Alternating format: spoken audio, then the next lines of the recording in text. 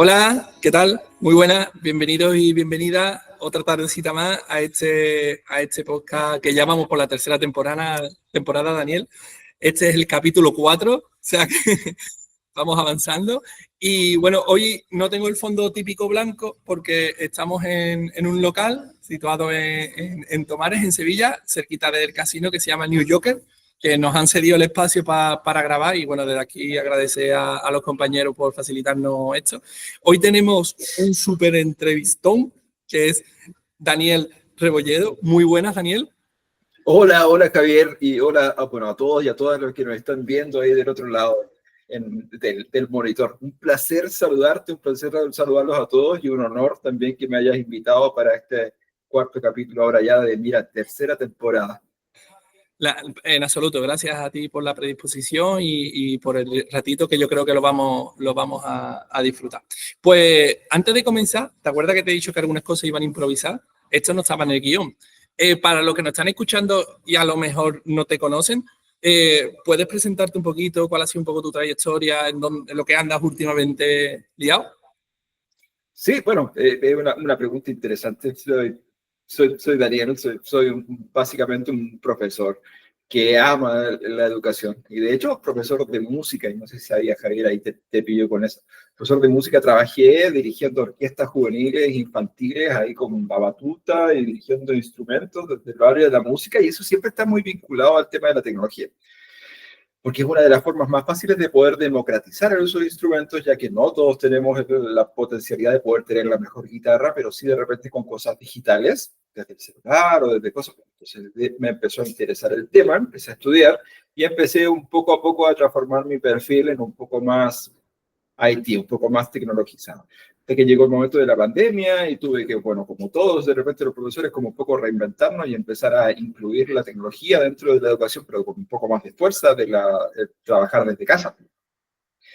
Y es así como fui poco a poco creciendo y hoy en día trabajo en un área diferente, muy vinculada al área de educación. Trabajo para el equipo de Google for Education y estoy encargado de llevar adelante los esfuerzos para un par de países, que en este caso es para Chile y para Argentina, y ahí a las personas que nos estén escuchando de estos países les mando un abrazo afectuoso, porque trabajamos y hacemos muchas cosas con ellos, y es para llevar tecnología, inteligencia artificial y otras magias para poder, por un lado, facilitar la acción docente y, por otro lado, darle una experiencia de aprendizaje a los estudiantes que queden así como, wow, quiero volver a la escuela porque está buenísimo lo que estoy haciendo. Y esa es justamente un poco la misión de mi vida, que he encontrado ahí mi pasión también en mi trabajo.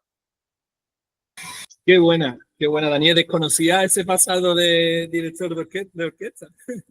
Pero bueno, al final todo eso te da esas habilidades, ¿no? Tan necesarias. Y siguió improvisando un poquito, ¿sabes? Que es lo que nos gusta. Porque una orquesta es una comunidad chiquitita, ¿no? Una Eh, orquesta.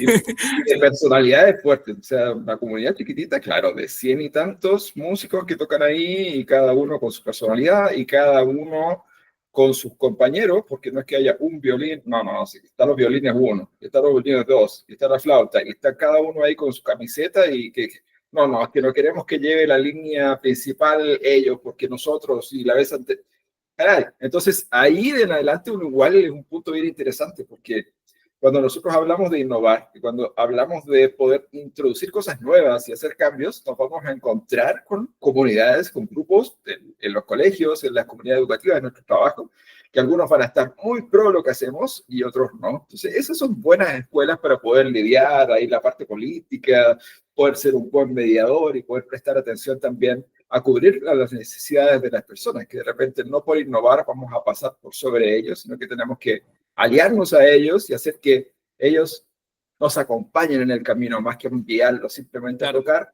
estar ahí con ellos, como una buena definición de liderazgo. Así que buen punto ahí te tomaste. sí, eso vamos, yo creo que vamos a estar entrando y saliendo de ese tema todo el rato porque vamos a empezar vamos a ir directo al grano, ¿vale?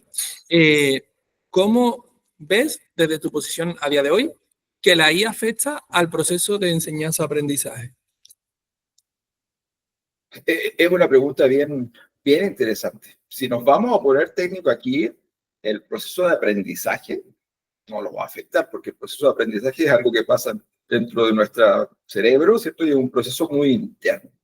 Sin embargo, en el proceso de enseñanza y incluso en el de autoenseñanza, cuando nosotros mismos nos volvemos alumnos y vamos aprendiendo, ocupando tecnología, sí que ayuda. Si nosotros nos fijamos, por ejemplo, en algo que tengamos común en todos nuestros países, por ejemplo, en las pruebas PISA, las conocen, ¿verdad? Estas pruebas internacionales. La prueba PISA, hay algunos países que están mucho mejor, otros países que están más o menos, otros que... Pero si te fijas, la mayor parte de los países está en una línea plana, en donde sube poquito, baja poquito, pero no hay ningún país que diga, oh, despampanante el cambio de crecimiento, ni tampoco de decrecimiento. Entonces, da la impresión de que existe como un techo invisible que no deja que los estudiantes puedan romper esa barrera y los profesores nos calentamos la cabeza en decir, ¿qué otra estrategia puedo llegar a hacer? ¿Qué más puedo hacer para que mis estudiantes realmente pasen esa barrera hacia arriba y nos empieza a dar la impresión de que será la raza, será la genética, será la familia, será el entorno? Es evidentemente multifactorial, pero uno de los factores principales que nosotros encontramos es el tema de que nosotros los profesores a lo largo de los centenares de años que han pasado nos han y nos hemos ido cargando de muchas más labores, funciones, burocracias, papeleos, que antes no era así. O sea, si vemos esas películas en blanco y negro, el profesor era prácticamente la persona que estaba ayudando al estudiante a aprender lo que quisiera aprender. Pero hoy en día, que la planificación, que el proyecto, que el estudiante con necesidades educativas especiales, que la reunión con los padres, que todo. Entonces, la cantidad de tiempo que el docente puede dedicar a realmente sentarse y planificar y proyectar una clase, porque si no, si yo no doy una, doy 10, doy 5, 6, 7, 8 al día, entonces yo no puedo ponerle todo el cariño, ni aunque quiera, porque tengo las mismas 24 horas que cualquier otra persona y no da. Entonces, ¿qué es lo que empieza a pasar? Ese exceso de presión empieza a ocupar espacio que realmente no se puede liberar y que no nos permite poder avanzar. Entonces, la inteligencia artificial, desde mi punto de vista, en el nivel de desarrollo que tiene hoy día, es una herramienta que va mucho más a apoyar el proceso de enseñar o a enseñarnos a nosotros mismos, ya que justamente nos libera de muchas de estas tareas que son repetitivas, que son cansadoras y que de repente no son tan importantes, siendo importantes, pero no son tan importantes, para realmente poder dedicarnos y poder darle tiempo a esas cosas que sí necesitan, es de planificación y pensar en Javier, María, Cristina, Laura, y decir, wow, tener ese tiempo del profesor antiguo que solamente atendía, no sé, 10 o 12 niños, que era lo que había en el pueblo y nada más, y lo atendía todo el día. Y hoy día poder dárselo un poco a, bueno, evidentemente muchos más estudiantes y avanzar en adelante. Entonces, para mí desde ahí, el tener la inteligencia artificial como un asistente que nos ayuda a facilitar el comprender mejor qué es lo que tengo que enseñarles, el acelerar cómo hago mi planificación, el diseñar cómo voy a evaluar, el analizar los datos, es algo que ahorra 7, 8 y hasta 9 horas de trabajo a la semana en acciones que ya a mí mismo me ha tocado liderar en colegios que no han tenido internet. Ni siquiera internet. O sea, pasar a la inteligencia artificial ahorra esa cantidad de tiempo de trabajo y los profesores tienen tiempo, por ejemplo, de sentarse un momento y tomarse un café, porque somos dos personas, pero además también de ponerle la mano en el hombro cuando los estudiantes lo necesitan, tener un mayor vínculo, poder planificar mejor, y eso logra aumentar la calidad finalmente del cómo aprendemos, porque podemos brindar un mejor servicio, podemos brindar algo mucho más acompañado. Yo creo que la inteligencia artificial tiene mucho camino por recorrer para desarrollarse mucho más desde el cómo aprendemos, pero por ahora, desde el cómo enseñamos, caray, está haciendo una gran diferencia. Me parece muy interesante el enfoque. De hecho, la siguiente pregunta la voy a reeditar y probablemente te haga luego, pero ahora que hemos dado en el clavo, o sea, hemos dicho, vale, la IA a día de hoy, no sabemos mañana, ¿vale? Pero a día de hoy ya a un profe o a una profe le puede ahorrar mucho tiempo. Vale, ¿podemos bajarlo un poco? O sea, ¿podemos concretar algunas cositas que te suene? Yo también podría poner algún ejemplo del departamento o de forma individual, como lo usamos, para liberarnos de esas tareas burocráticas, administrativas, pesadas y demás, o a nivel de las evaluaciones, o a nivel de la elaboración de materiales, No sé, si se te ocurren algunos ejemplos y si no, yo pondré algunos también, ¿eh? Claro, claro que sí. Y con respecto, bueno, a la parte poética, siempre es bastante bonito decirlo, pero cómo esto se hace en el aula y cómo se ve. De repente se dice, no, la inteligencia artificial puede ser algo como súper complejo, súper elaborado y tengo que...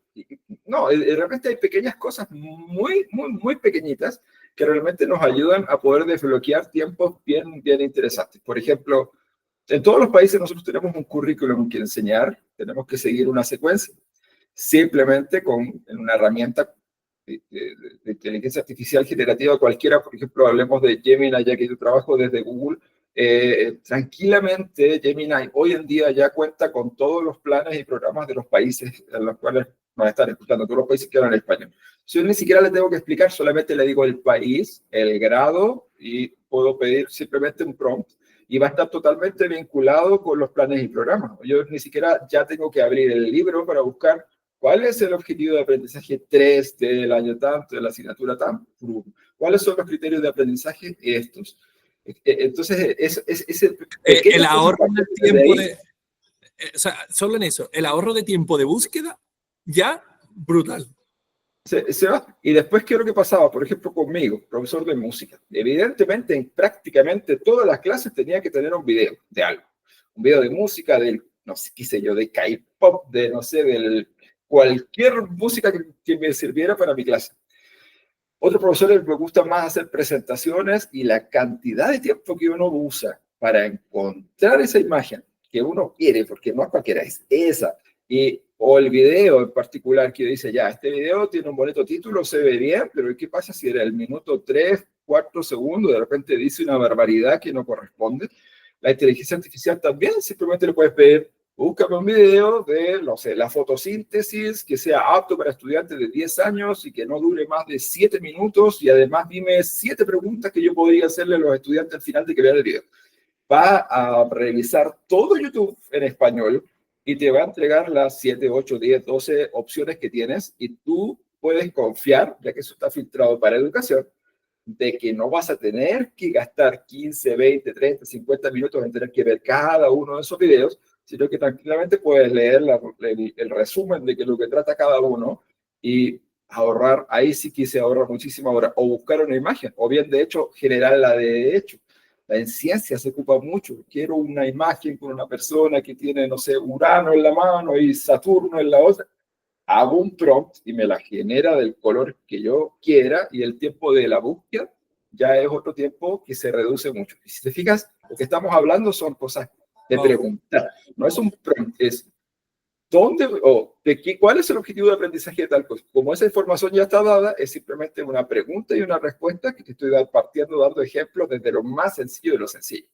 Ahora, si lo llevamos a un punto así como más grande, podrías armar unidades curriculares completas con evaluaciones, incluidas las evaluaciones de estudiantes con necesidades educativas especiales. Entonces tú dices, ya, yo tengo mi libro de clases de matemáticas.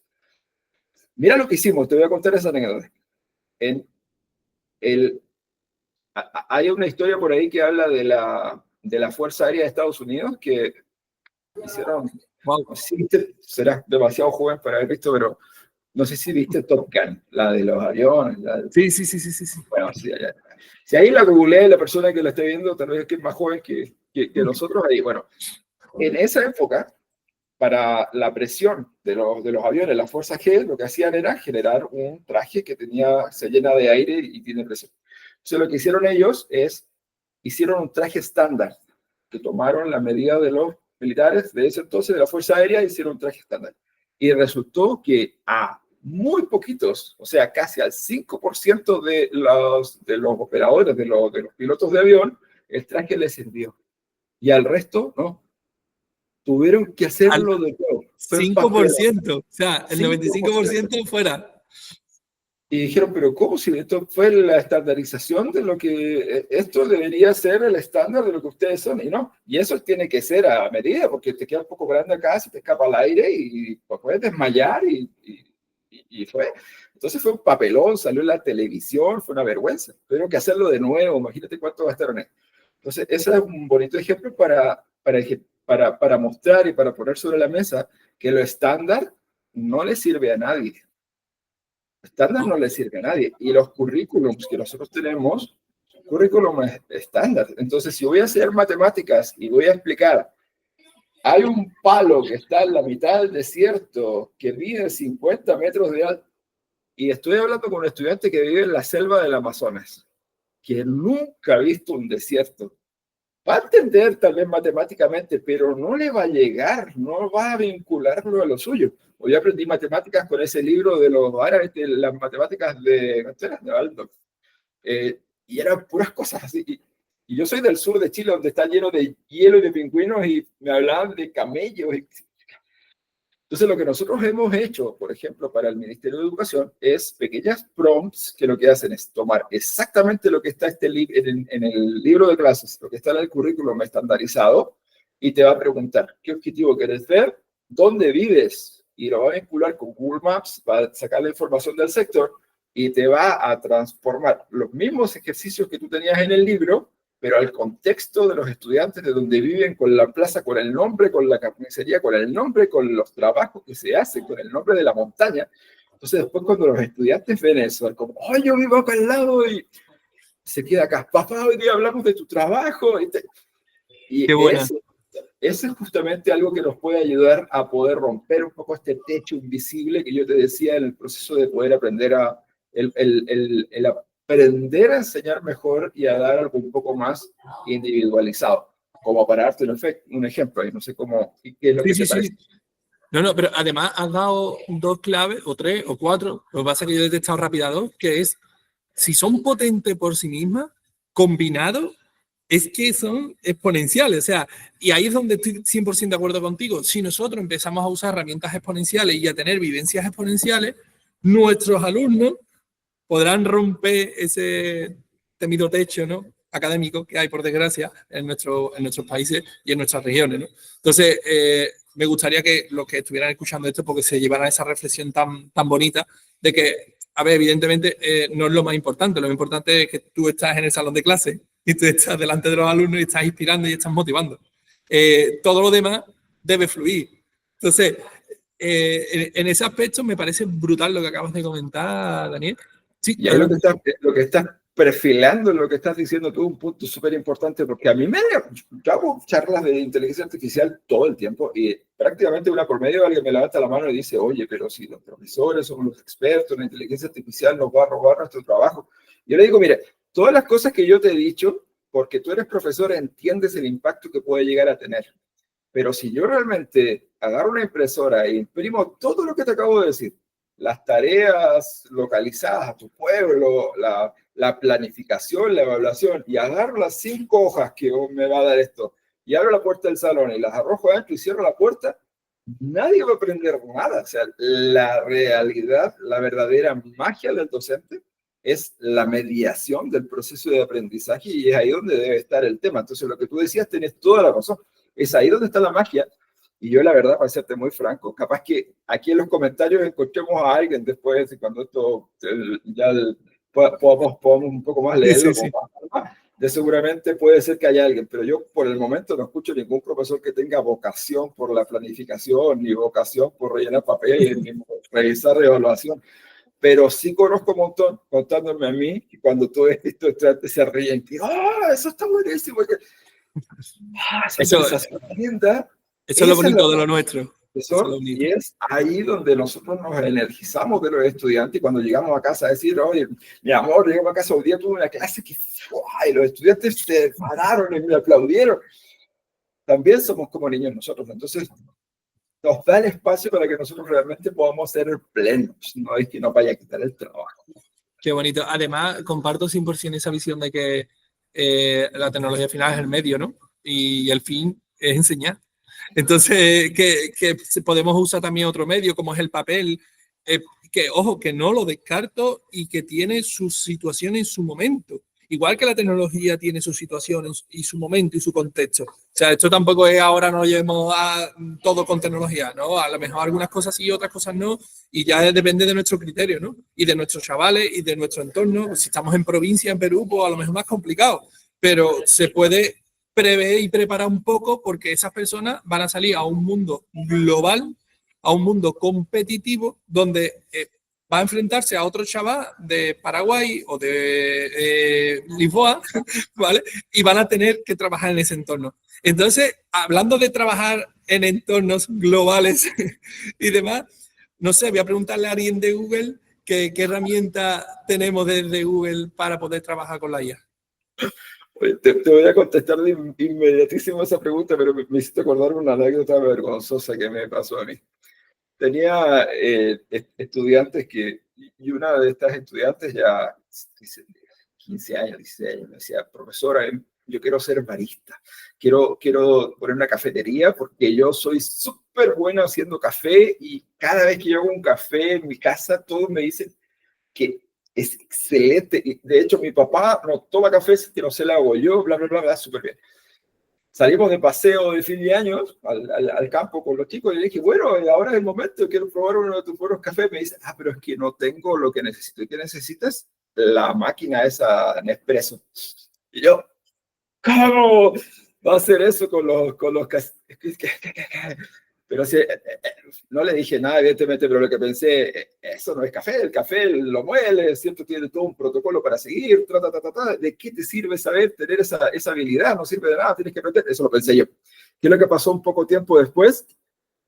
Fui a un hotel, en un viaje, ya trabajando acá, y tenía unas ganas de tomar café, increíbles. Entré a la habitación. Cuando iba entrando me dijeron, su habitación tiene minibar y también tiene una cafetera. Y yo, qué bueno. Y llegué a la pieza, abrí la puerta, voy a tomarme mi café y había una Nespresso. Y no la supe usar. No la supe usar. Y tuve que dar a mí mismo así como, caray, qué mal el pensamiento que yo tuve. O sea, cualquier habilidad que uno desarrolla es una habilidad extraordinariamente importante en el momento adecuado, que era lo que decías tú. El papel es importante, el escribir con la mano o con el lápiz es importante para diferentes momentos, pero si no sé escribir con el papel o bien si no sé usar la Nespresso, es que realmente ahí nos vamos quedando fuera. Nosotros tenemos que ser lo más plenos posibles y un trabajador que sea como una navaja suiza, o sea, que tenga tenedor, cuchillo, caca, ya todas las habilidades, es justamente es el que va a triunfar más adelante. Entonces, aprender todas las habilidades es sumamente importante. Y dentro de Google nosotros hacemos desarrollo de inteligencia artificiales para empresas y para otras cosas, pero todo lo que pasa dentro de Google, y ahí no sé si tú sabes realmente, los dos cofundadores de Google son hijos de papá y mamá, profesores. Entonces, lo primero que ellos realizaron por allá por el 97 fue el navegador, no el navegador, perdón, el buscador, donde uno googlea, ¿no? Que hoy día ya se transformó en un verbo, yo googleo y tú googleas, entonces uno busca la palabra y tal. Lo segundo que nació fue Google for Education, porque ellos dijeron, wow, si las cosas que nosotros hacemos acá pasan por el filtro de educación, es que esto va a servir en cualquier contexto, porque si yo tomo un estudiante y no lo encuentro en Google, porque siempre ahí van a estar buscando la forma de burlarse, de reírse, o de encontrar la forma de cambiarlo, de darlo vuelta, tú lo llamas de la forma que quieras, es que esto sirve para todo. Entonces, desde ahí en adelante, todo lo que pasa dentro de Google pasa por educación. La inteligencia artificial no es el caso contrario. La herramienta más importante que nosotros tenemos hoy en día se llama Gemini. Ustedes todos pueden entrar si tienen su nivel a gemini.google.com y pueden utilizarlo. Es una inteligencia artificial generativa que está conectada con bibliotecas, que está conectada con toda esa información, pero hay otras que son tal vez un poco menos conocidas, que están dentro de las herramientas que son para la escuela, que van un poco más de la cara del estudiante. Por ejemplo, dentro de Classroom, que digamos como la escuela virtual de Google, que puede tenerla cualquier colegio, hay ciertas herramientas que tienen inteligencia artificial, pero que no son generativas, o sea, que entregan la caña, no el pescado, para el estudiante. Por ejemplo, una se llama prácticas guiadas. Una práctica guiada no puede ser simplemente un formulario. Cuando el estudiante va respondiendo, va descubriendo si está bien, te saluda, pero si tienes algún error, no te va a decir cuál es el error ni cómo solucionarlo, o sea, cuál es la solución, ¿verdad? Pero sí te va a entregar algo en formato DUA, ¿no? Algún video, un podcast, una imagen o algo que el profesor te haya aparcado, o solito la inteligencia artificial busca un video de YouTube, qué sé yo, para enseñarte la metodología para resolver eso en particular, Entonces el estudiante ya no tiene que levantarle la mano al profe o puede simplemente no tener el profe, puede hacerlo el fin de semana en casa y no se va a trabar, no va a generar esto de que no sé, porque la inteligencia artificial lo va a ayudar hasta que lo logre. Y lo lindo es que el profesor del otro lado, cuando ya todos terminan, tiene un panel de control que dice quién se entendió bien, quién se entendió más o menos, y ya el profesor no tiene que partir explicándote todo de cero, sino que va a ir directamente donde falta y nada más. El profesor podría llegar a saber estos estudiantes están listos para la evaluación final o estos estudiantes no los puedo evaluar todavía porque los registros que yo tengo me dicen que van en un 30% de comprensión, por ejemplo. Entonces eso de que la fecha de la evaluación está al día y vamos y que corra la sangre, ya no va, sino que tenemos una evaluación permanente. Más continua, más escalada. Continua de cada movimiento, de cada cosa. Y como esto se mantiene de año a año, tú puedes hacer un tracking desde que Danielito y Javierito eran pequeñitos de primer grado hasta que donde vayan y tú puedes ir traqueando dónde estaban las áreas que van quedando un poco más flojas para ir levantando a Javierito y a Danielito ahí donde va necesitando, no el otro que ya entendió.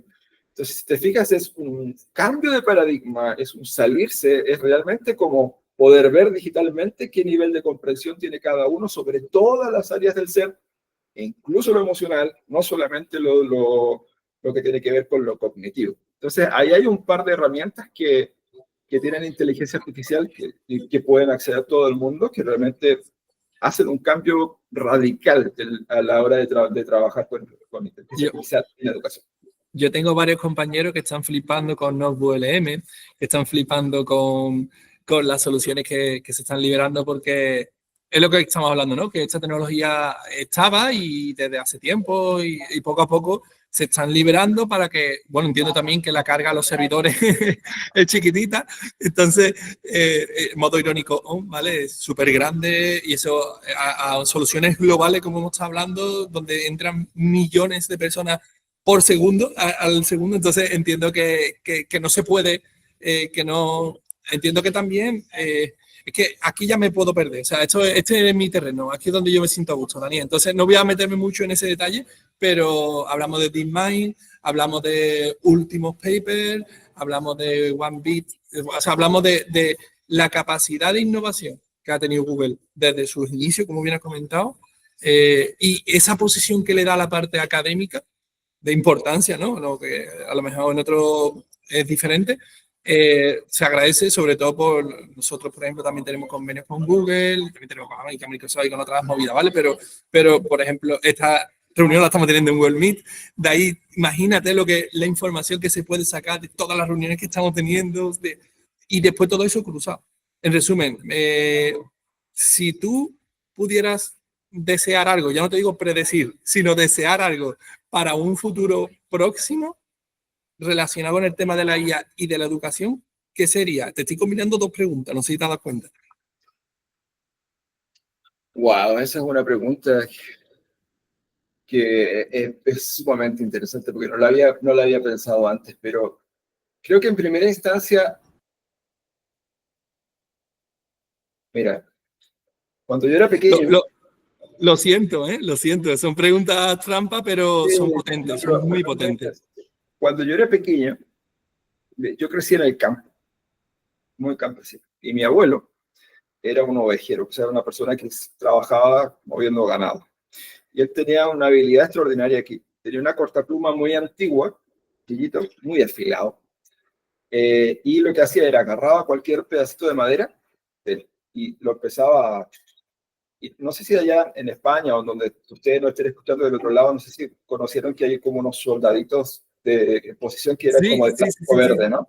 Bueno, él me lo hacía, pero me lo hacía de madera. Y a mí me encantaban ordenarlos, hacer campaña, y nunca era suficiente, porque realmente uno necesita más para tener el bando puesto, qué sé yo, para poner diferentes escuadrones. Entonces, no me lo hacía de manera muy frecuente y yo estaba realmente empecinado en tener más. Y hasta que un día se me ocurrió la solución al problema. Le robé la cortapluma, obvio. Entonces, ¿qué hice? Le saqué la cortapluma, me fui corriendo alrededor de la casa atrás, agarré un palito y chac, chac, chac. Y la sangre.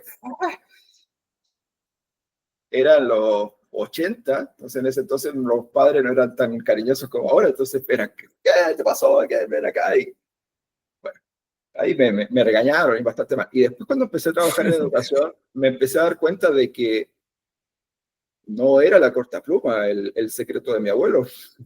Era la habilidad que él tenía del otro lado, realmente era él, que él podría haber agarrado cualquier cuchillo y me lo hubiese poder hecho. Entonces, si yo tomo una herramienta cualquiera, un serrucho, un martillo, y no sé hacerlo, comparado con alguien que sabe, entonces si tú me pudieras decir algo concreto, que no sea algo así como un sueño utópico, a mí sí me encantaría mucho que las universidades se lo tomen en serio y que empiecen a formar a nuestros profesores con asignaturas, pero metiendo inteligencia artificial en todo lo que los profesores hacen. Es la forma en la que vamos a avanzar hacia ese nuevo futuro de la educación, en donde los docentes van a estar preparados para atender a esos estudiantes con diagnósticos que jamás escucharon.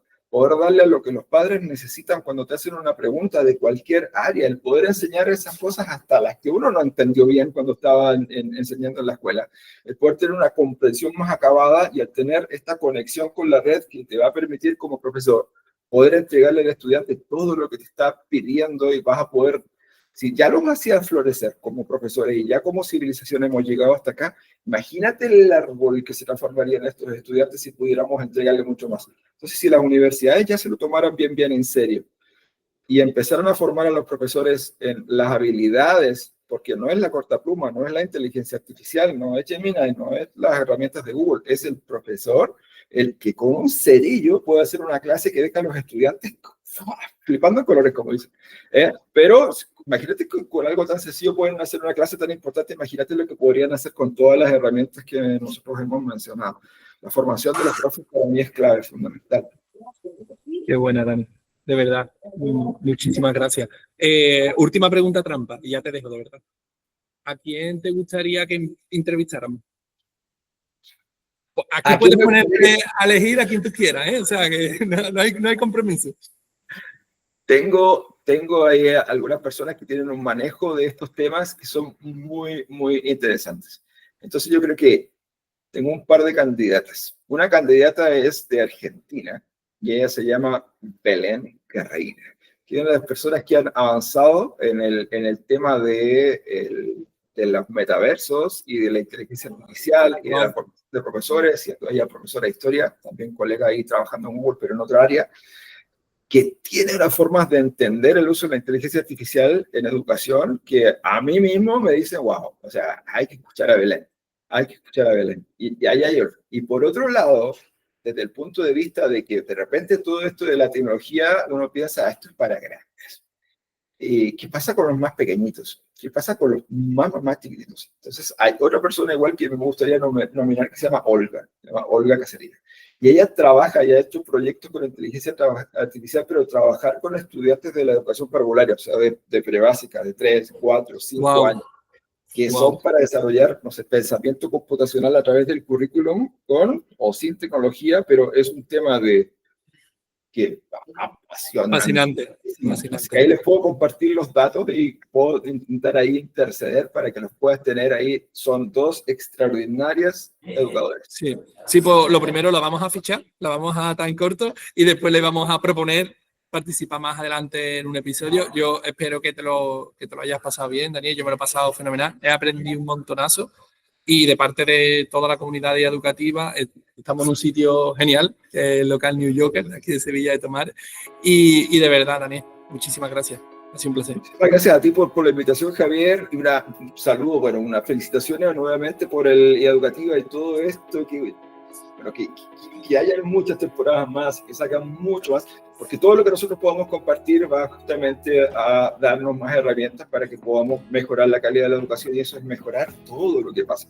Todo profesional, toda área viene a partir de lo que estamos hablando, desde el punto de vista de la educación. Toda persona pasa por ahí. Todo pasa por ahí. Si mejoramos eso, caray, vamos a hacer un mundo más bonito. Entonces, sí, felicitaciones y a seguir con esto. Seguimos haciendo comunidad. Muchísimas gracias, Daniel. Un abrazo. Hasta luego.